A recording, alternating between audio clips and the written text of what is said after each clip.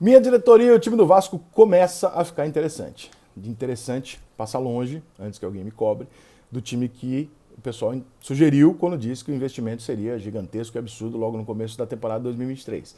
Mas o time do Vasco começa a ficar interessante. E um desses passos, talvez se você não ache o Léo Pelé uma grande contratação, eu acho que você tem muito a imagem do Léo Pelé como lateral, e não é o caso, ele é um zagueiro pelo lado esquerdo, é um zagueiro útil, virou um jogador muito bom, ele é técnico, ele é um bom zagueiro, então não sei se ele vale o valor que o Vasco pagou, mas eu acho que é uma boa contratação sim. Eu acho que o Léo Pelé é um bom reforço.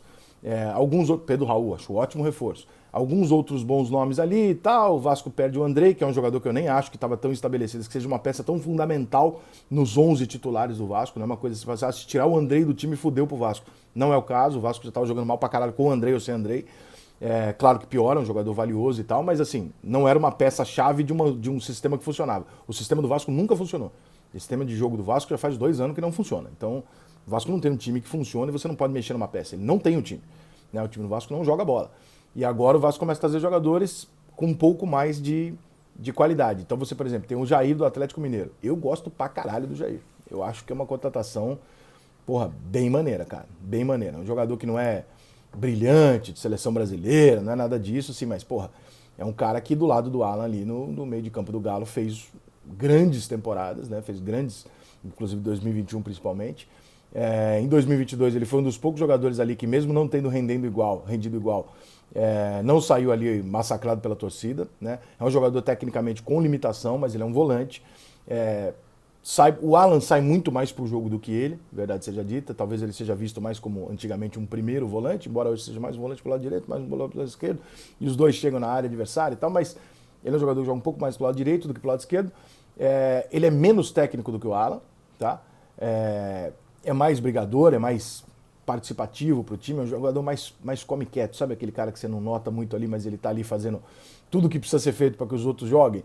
Então, assim, eu acho que é uma boa contratação, não sei ainda especificar quais os valores oficiais, né, da contratação, porque você tem 5 fontes diferentes falando de valores diferentes, então um fala de milhões, outro fala de empréstimo, outro fala você não sabe, tem que esperar a hora que o Vasco vai contratar e dizer para dizer se o valor é bom ou não, mas sem dúvida nenhuma é um jogador diferente pro time do Vasco, é um jogador diferente do padrão daquilo que o Vasco. Você vai perguntar assim, mas ele é melhor que o Andrei?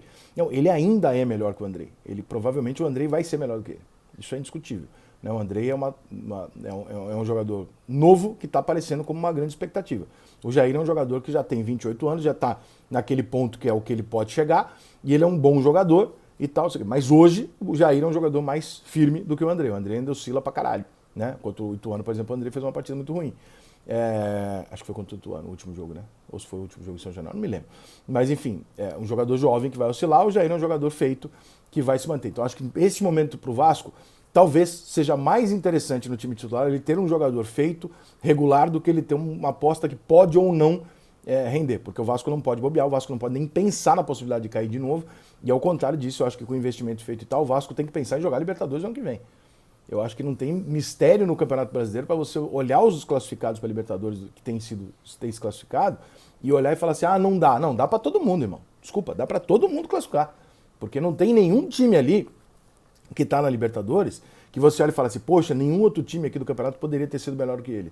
Poderia sim. Tirando os rebaixados ali, qualquer um ali podia ter feito ali 5 pontinhos a mais, que entrado. Não tem nada de absurdo ali, irmão. Nós estamos falando de 8 classificados.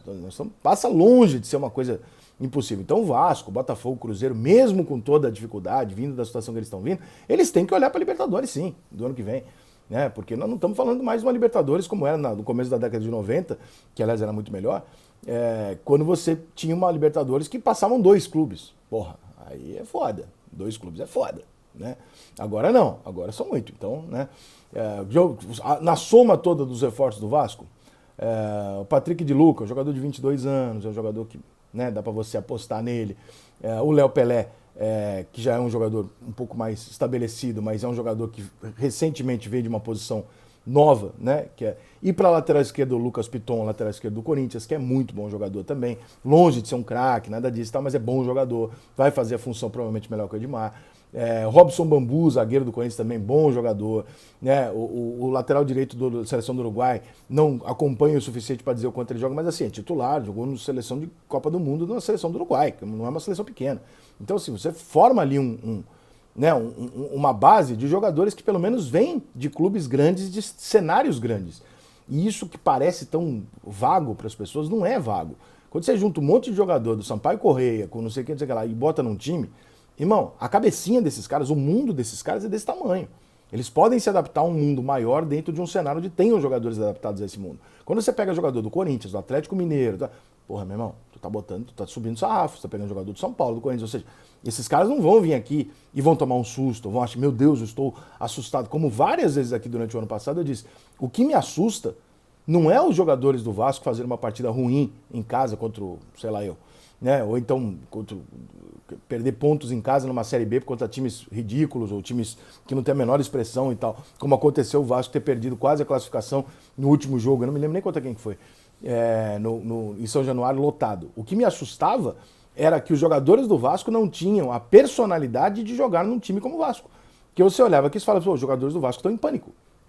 Eu disse assim, se você está em pânico jogando pela Série B no Vasco, em São Januário lotado, você não pode jogar uma Série A pelo Vasco. Você não pode ser um jogador que eu vou colocar você numa situação de pressão, numa decisão de Copa do Brasil, numa quarta de final, semifinal de Copa do Brasil, contra um Grêmio na Arena do Grêmio, e eu acho que você vai lidar, você não vai lidar, você não vai entregar. Então, ali, para mim, ficou muito caracterizado que o Vasco tinha que trocar o perfil dos jogadores, e não necessariamente apenas a questão técnica. E durante o ano passado eu fiz vários vídeos aqui falando isso, falando, cara, estou muito impressionado quanto esses jogadores reagem mal ao tamanho do Vasco, porque se ele não aguenta um jogo desse, ele não vai aguentar um jogo de Série A, um jogo de semifinal de Copa do Brasil, de Libertadores, não vai aguentar. Então você tem que mexer ali. E eu acho que as mexidas do Vasco elas estão sendo feitas nesse sentido. Eu estou trazendo jogadores que talvez não sejam celebridades, talvez não sejam jogadores para chegar e resolver o problema pra caralho aqui, mas eu estou trazendo jogadores que têm passagens por Internacional, por Atlético Mineiro, São Paulo. Ninguém vai chegar aqui e tomar um susto.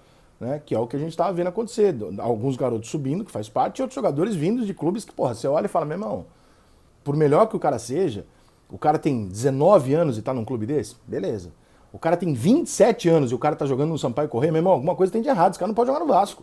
A chance desse cara jogar no Vasco é ele ser um fenômeno que se machucou e tem uma história bizarra. Porque, caso contrário, com 27 anos não era pra ele estar no Sampaio Corrêa. Entende? Então, são jogadores que você fica olhando e você fala, pô, o que o Vasco tá fazendo? Nesse ano aqui, eu acho que o Vasco pelo menos mudou essa direção. Pelo menos o Vasco está buscando jogadores que consigam, com certeza, vestir a camisa do Vasco. Se vai render tecnicamente, taticamente, com técnico, é outros 500. Mas pelo menos esses jogadores que o Vasco está trazendo são jogadores que chegam para jogar e para aguentar a pressão de jogar no Vasco, que para mim já é um ganho.